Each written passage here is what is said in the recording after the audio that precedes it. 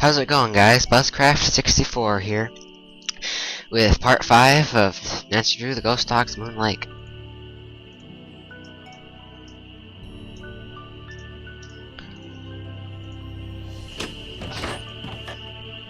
I'm just gonna go talk to Red because he asked me to. Hello there. I owe you an apology. After you came up here looking for those red tails, I gave my map a closer look and realized it was more than 50 years old. Reason you can't find them is probably because their favorite nesting tree is gone. Finding that hawk's gonna be harder than I thought, so why don't you just give me back my camera and I'll take it from here. It didn't get burned up in that fire or anything, did it? Somebody clobbers me over the head and then tries to barbecue me, and all you're worried about is your camera? It's a very expensive camera. I never noticed those gas cans before. I ran out of gas. So much for being prepared, huh? Well, that's all I wanted to tell you. I'm sure you've got places to go, things to see, people to pester. You'll be happy to know that I did get a picture of a red-tailed hawk. So here's your camera back. I got all the birds. Thank you, Nancy. Nice work. You're a credit to your generation. See you in a while. Watch yourself out there. Okay. Nothing new.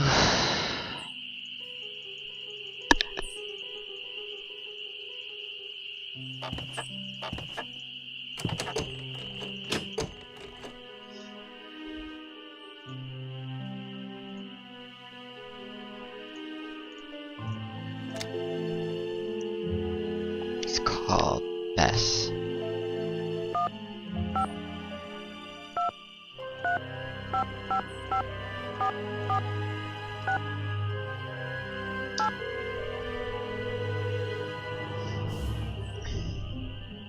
Hello? Bess, it's Nancy. I know that. What's going on?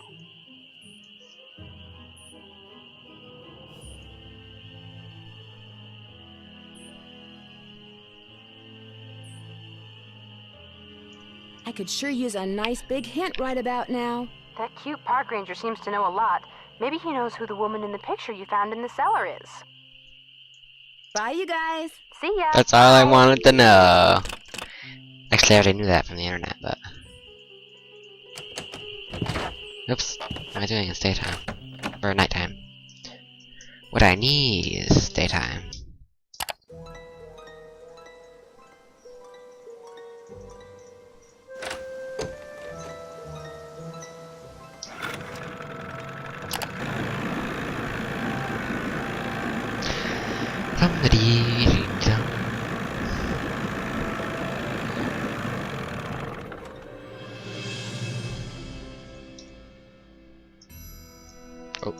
You're back. What do you know about the cemetery behind the Malone house? People are buried there. Beyond that, what's to know? Is Malone buried there? That's the rumor.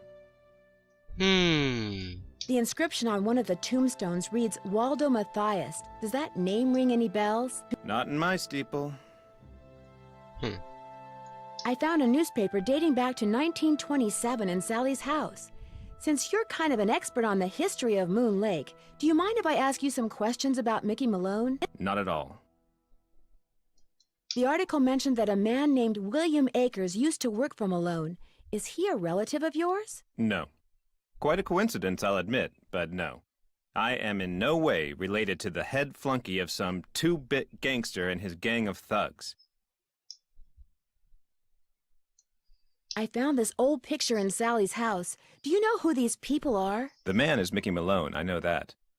I'm guessing that this is his girlfriend, Vivian Burnett, I think her name was. And judging by the year of that brand new Ford in the background, I'd say the picture was taken in 1928. She was probably as familiar with Malone's house and his dogs as he was. Think there's any chance he's still alive? Tell you what, Miss Drew. Why don't I go through my files and see what I can dig up on this mystery woman? Excuse me. I'm a busy man, but like I always say, I'm here to serve. What happened to Akers and the rest of Malone's gang after he went to prison? Fortunately for Moon Lake, they all left and went their separate ways. Have you gotten the results back from that water sample I left with you? I meant to call the Department of Health today for a status report, but frankly, I've been way too busy. Sounds like Moon Lake could use 2 rangers. If I were in charge of just 10 more acres of parkland, they'd give me an assistant, and I could devote more time to the acquisition of more land and eventually put Moon Lake on the map as one of the biggest, most popular parks in the state. Why didn't the Parks Department buy the Malone property instead of Sally? She outbid them, the cheapskates. Well, if those dogs scare Sally away for good, other people are bound to think twice about buying the place. The bank will lower its price, and you'll have your land. You're insinuating things again, Miss Drew. I didn't mean to insult you. In fact, is there anything I can do to help you out? Tell you what, if you're serious about making amends, there's some boxes by the computer labeled with dates. They're from the estate of a local history buff. She kept everything from newspaper clippings to old photos to recipes for apple crisp. She put everything in envelopes, then numbered them by year using Roman numerals. Just put the envelopes in order by year with the earliest date in front. Oh, and if you're rusty on Roman numerals, there's an entry on them in the computer.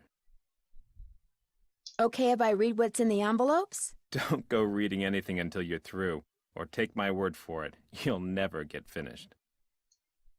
Thanks for all your help. Always a pleasure. See ya, Mac. Hello, dog. That's a tame dog.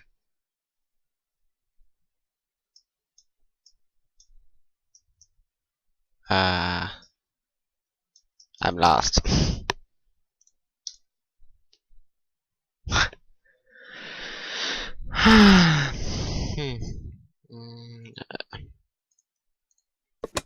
Let's see. Jeff said the envelope with the earliest date goes down in the front of each box. Okay.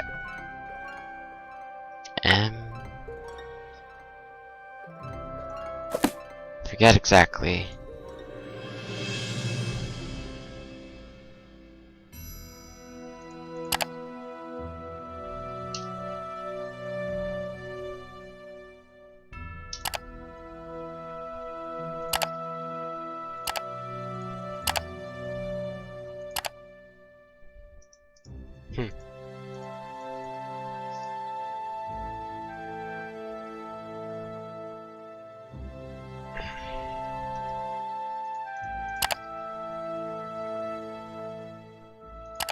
Yeah, I don't...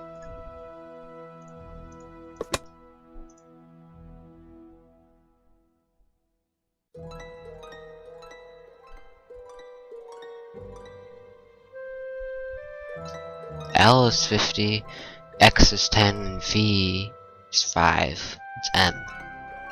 Pretty sure C is 50. No. C, M is 1,000. C is 100, I think.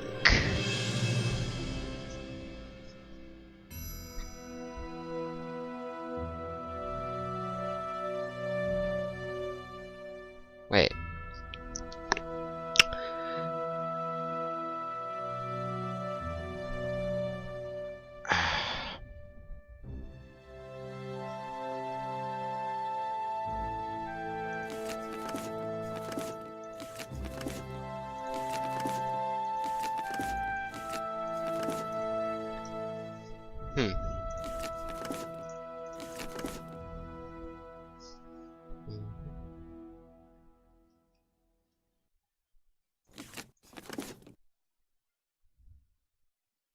IV, that's 5, 10,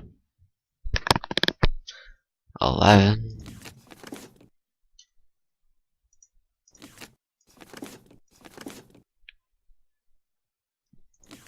15, 51, 20.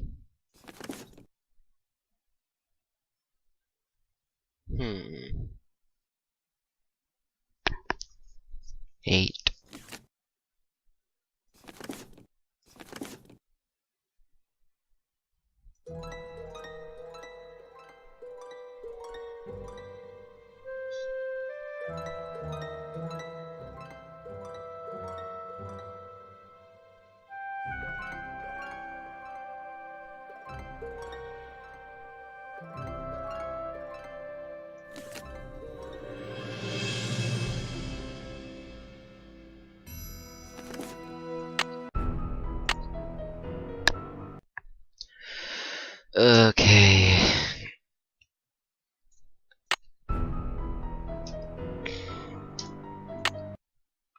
I don't really remember Roman numerals too well. I know some of it, and I thought I would remember, but I don't necessarily.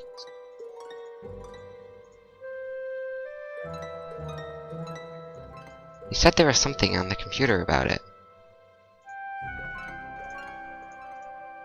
You're back. I noticed you have a dog. That's Yogi, who never goes out unless he's on a leash. Park rules.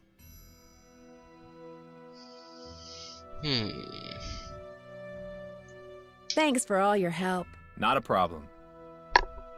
I seriously have no idea how to... What's this?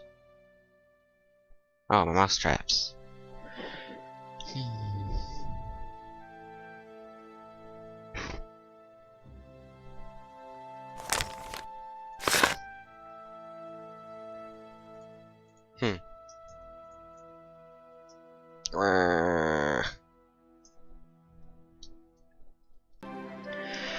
Okay, I have the list of how to do it.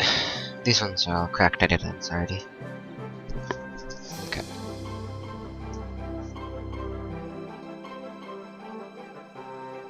Okay,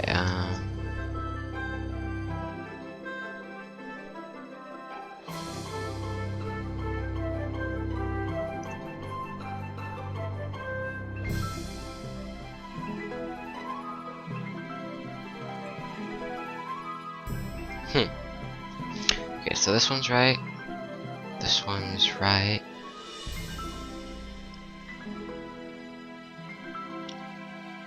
Let's see here. LXV.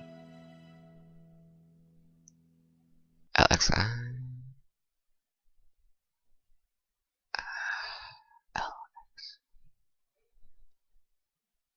I don't even see that one. Oh, LXV. Now this one, LX XLI, that's right. XXIX. XXXII. XXV. Oops. XCVII.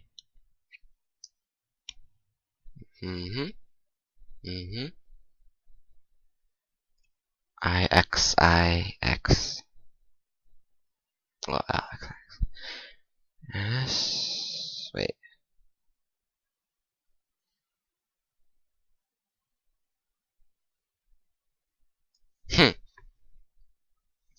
I need a different one. IXIX.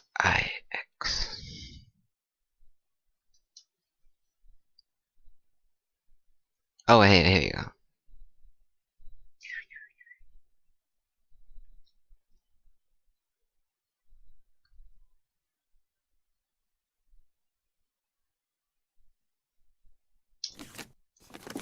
Now that they're all sorted, There we I can go. do some reading.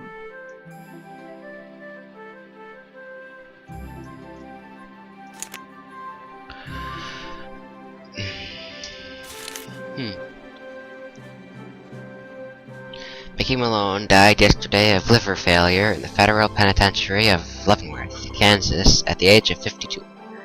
Born in Newark, New Jersey, in 1889, Malone owned and operated Philadelphia Duds and Suds, a chain of laundromats and dry cleaners that allowed him to disguise and disperse the money he made as a racketeer.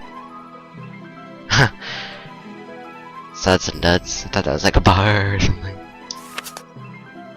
Compared to other gangsters, Malone kept a relatively low profile. His desire for privacy was enforced by his 4 large dogs who never left his side. Although he was rumored to be involved in everything from rum running to gold heists, he never spent a single night in jail until he was arrested in 1932 for tax evasion. He was convicted for following year and was sentenced to 8 years in federal prison. He died just 2 months before he was scheduled to be released. That's kinda sad. Gangster nabbed at Moon Lake residence. Mickey Malone arrested right at his luxurious Moon Lake property. Wait.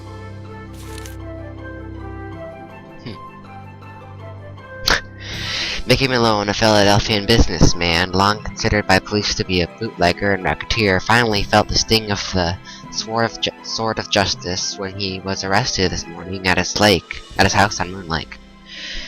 Careful to keep Malone's attack dogs at bay, agents from the International Revenue Service and the Department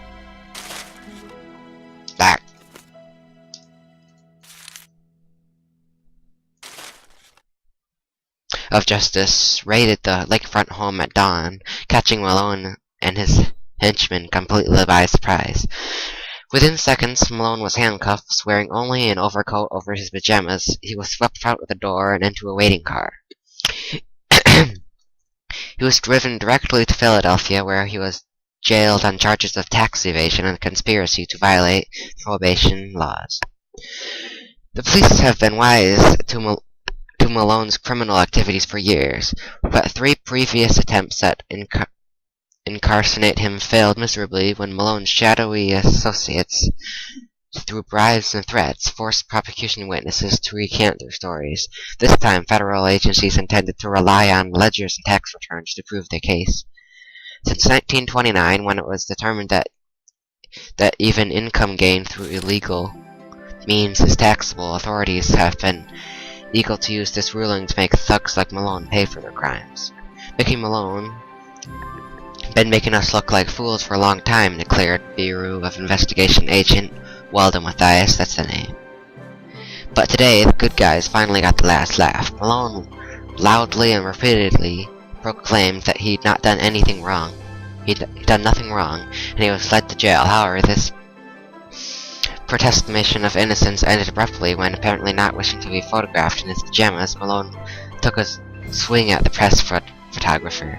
He was quickly subdued. Agent Walden Mathias.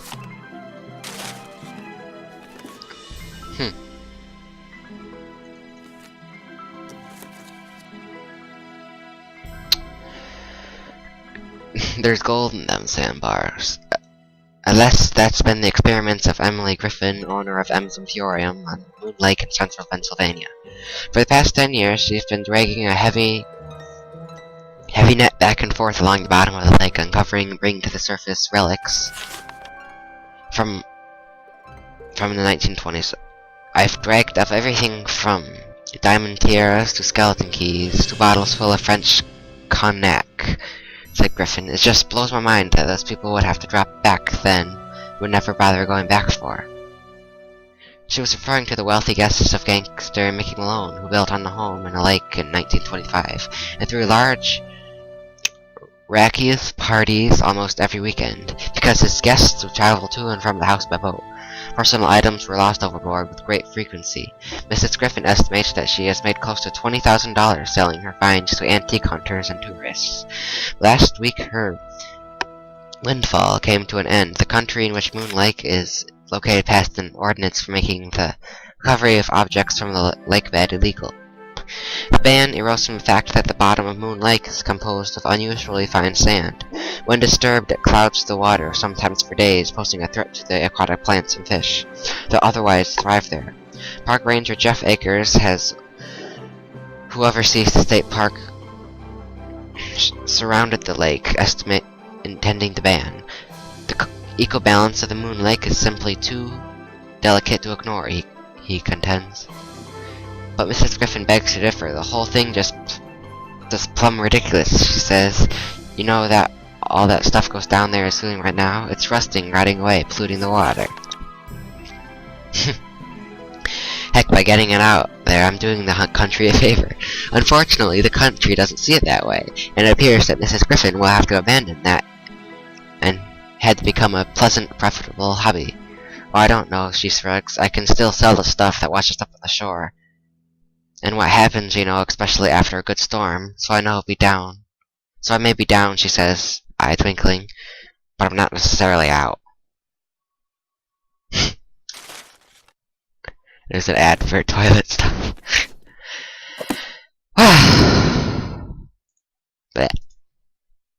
Now what?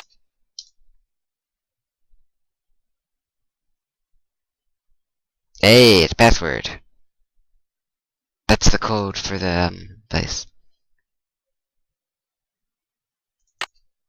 See, it's kind of funny.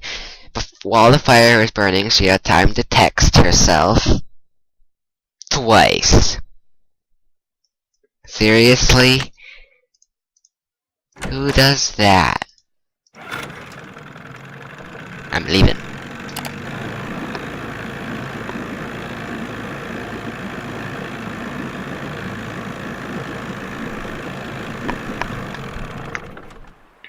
Well, that's just a video game for you. Okay, let's. Oops, dang it. I always do that. Let's go down to the basement. And, where is it?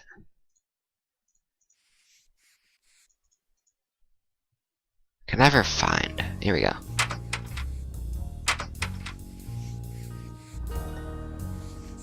Okay. Okay. 0. Creepy music. Okay. 0, 12, 932.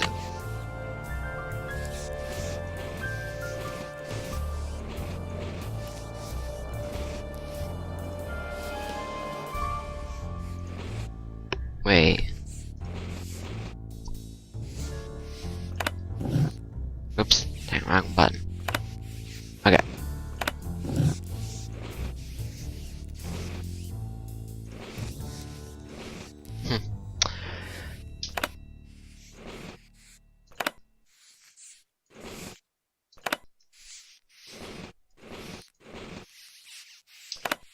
Okay. Oh wait, no, they take things here. Oops. It's not very smart.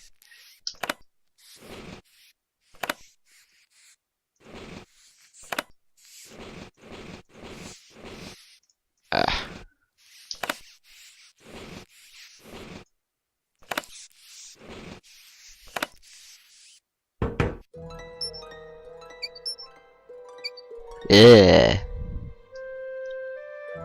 I bet those were deer mice.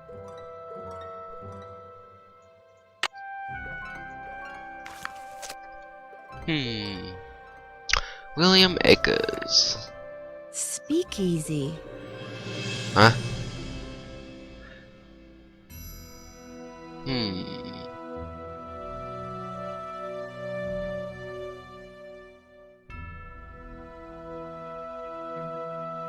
Whoa, gold, eh?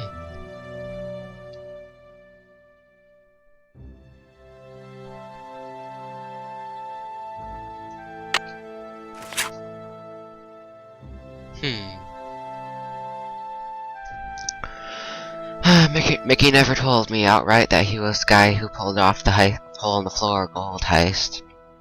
He always said the less I knew, the healthier I'd stay.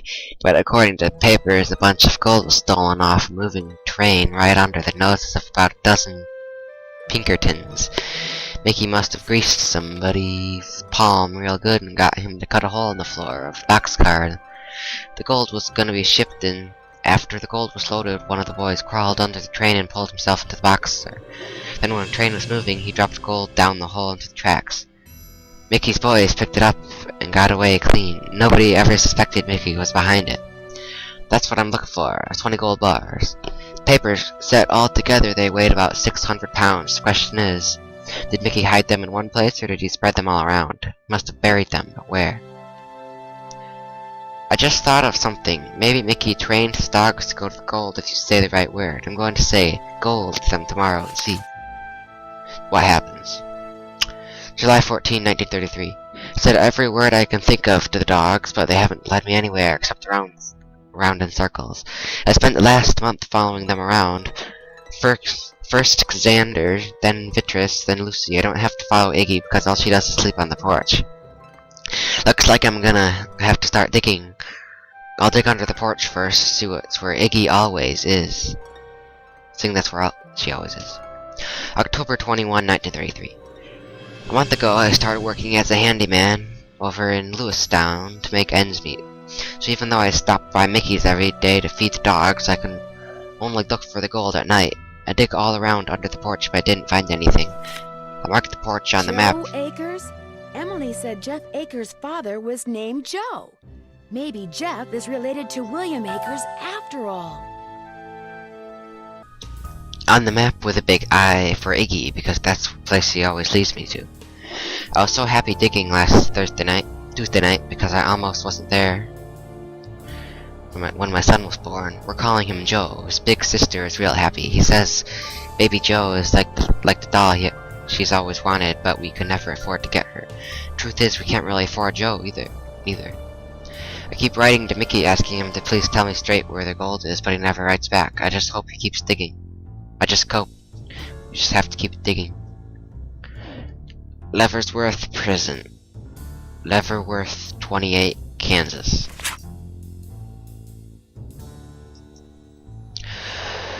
I'm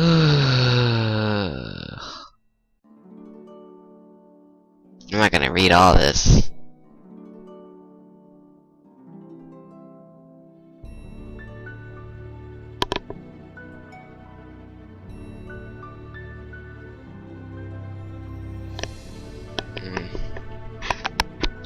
I'm gonna write down how to get home. Or to the cemetery.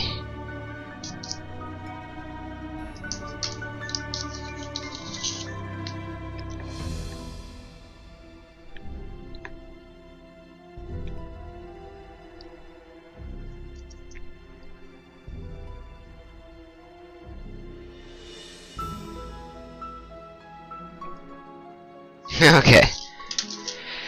Sorry about that. Okay.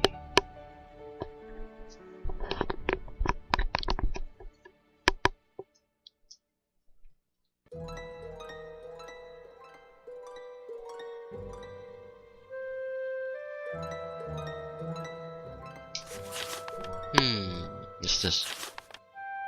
The dogs will lead the way. I wonder what that means.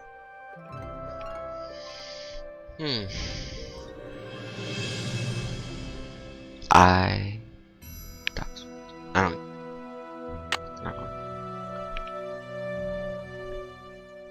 know. Right.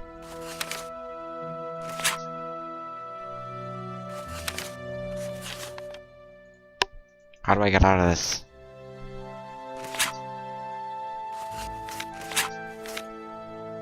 You can't leave. There we go. Suppose that's it.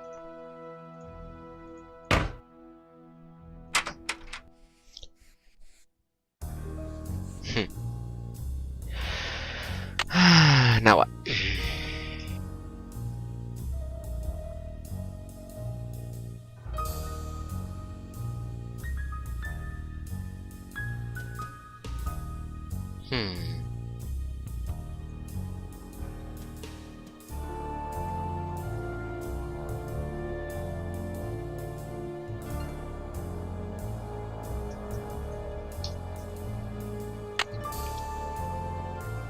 Let's get out of here. Oh, yeah, this. Right. Okay, guess go talk to that guy.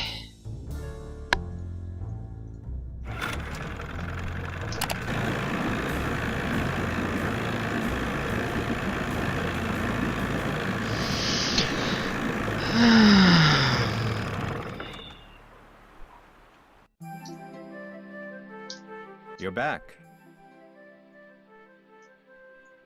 What do you know about a man named Joe Akers? Why do you ask? I understand he used to be the deputy here. So? According to Emily Griffin, Deputy Joe Akers was your father. And according to the journal I found, William Akers' son was named Joe. Another coincidence? All right. William Akers was my grandfather. Why didn't you tell me that before? It's not exactly something I'm proud of. My father spent his whole life trying to make people forget what my grandfather was. and trying to make sure people who didn't know what he was never found out. I've been doing the same thing. Did William Akers ever say anything about the cemetery behind Malone's house? I'm afraid you're going to have to excuse me, Miss Drew. In case you've forgotten, I'm a very busy man. Ooh, touchy.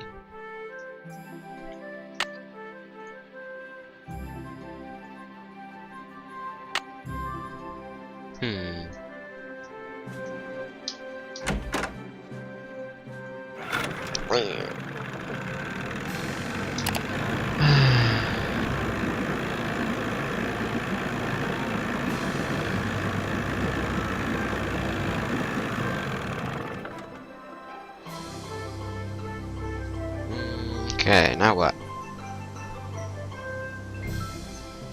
Now what?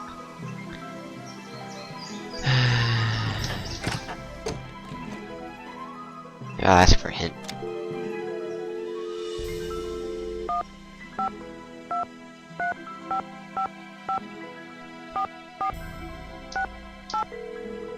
I'm not calling the Hardy Boys on purpose, because I want that to be my Hello? Bess, it's award when you Nancy. finish the I know game. that. What's going on?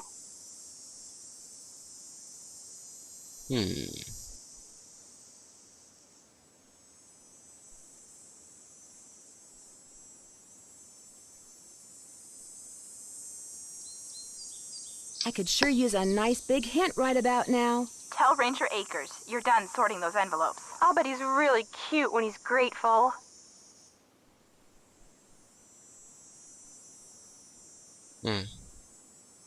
Get this. It turns out that Jeff Akers will be one happy park ranger if Sally sells her Moon Lake property back to the bank, and they wind up selling it to the Parks Department. You think he might be responsible for all this ghost dog stuff?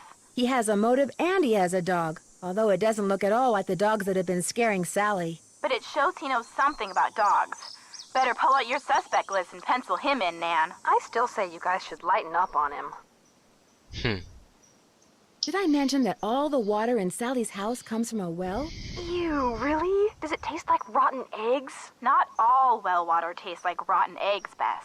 I don't know if it does or not, because the well is so old I need to get the water tested before I drink it. Good plan. Nothing will wreck your day faster than a nice tall glass of contaminated water. Hey, newsflash. I think I know why somebody wants to scare Sally off her property, and it has nothing to do with birds, parks, or artifacts. So what does it have to do with? Gold, as in 600 pounds of gold bullion. Come on, Nancy, tell us everything. Gold is one of my favorite subjects. Well, I found William Akers' journal, who, it turns out, was our friendly park ranger's grandfather. Ooh, that's interesting. Not as interesting as 600 pounds of gold. Go on, Nancy. Have you ever heard of the hole-in-the-floor gold heist? I've heard of the hole-in-the-wall gang. Well, according to Akers' journal, in 1931, somebody stole a shipment of gold bars in broad daylight by dropping them through a hole in the floor of a moving train. Let me guess. The thieves were never caught, and the gold was never found. You got it. According to Akers, Malone masterminded the whole thing, and he hid the gold right here on his Moon Lake property. You think it's still there? It must be. Like you said, Nancy, that would explain why somebody wants Sally, and now you, out of there so bad. I also found a map with the inscription, "The dogs will lead the way." You found a treasure map? My gosh, Nancy. Secret passageways, buried treasure? You're like a magnet for that stuff. The dogs will lead the way to what?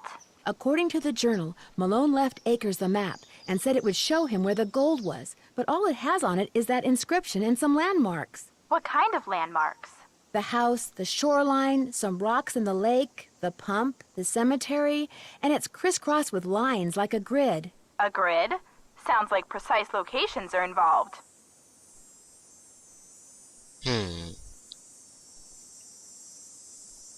I could sure use a nice big hint right about now. Tell Ranger Akers you're done sorting those envelopes. I'll bet he's really cute when he's grateful. Bye, you guys. Ta-ta. Ciao for now. They're kind of annoying. Let's go talk to that guy.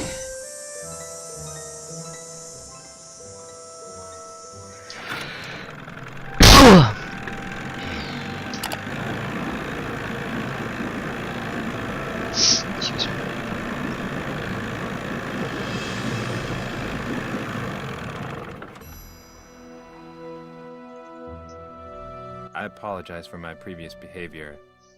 As a park ranger, I strive to keep my personal feelings in check at all times, and that time I failed.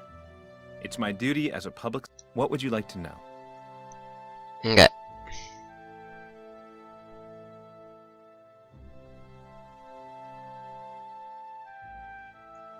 I finished putting all those envelopes in order. Excellent. Thank you, Miss Drew. And to show my gratitude, I've got something for you.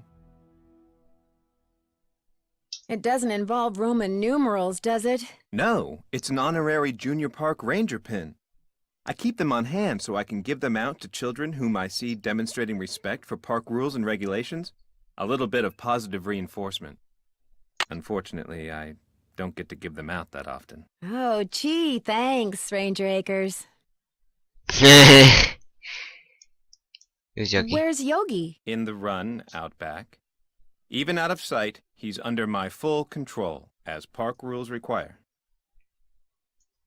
Sorry to bother you again, but did those results from the water test come in yet? There's something here for you from the State Department of Health.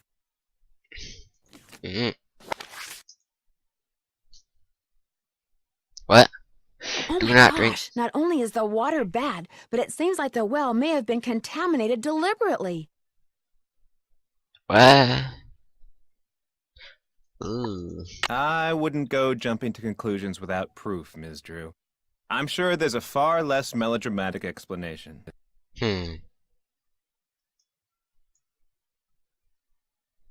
Have you found anything about that photograph I showed you? Good news! I have information on your mystery woman. Thank you so much. Is she still alive? Her name these days is Vivian Whitmore. She lives in Las Vegas, and her number is 702-555-9137.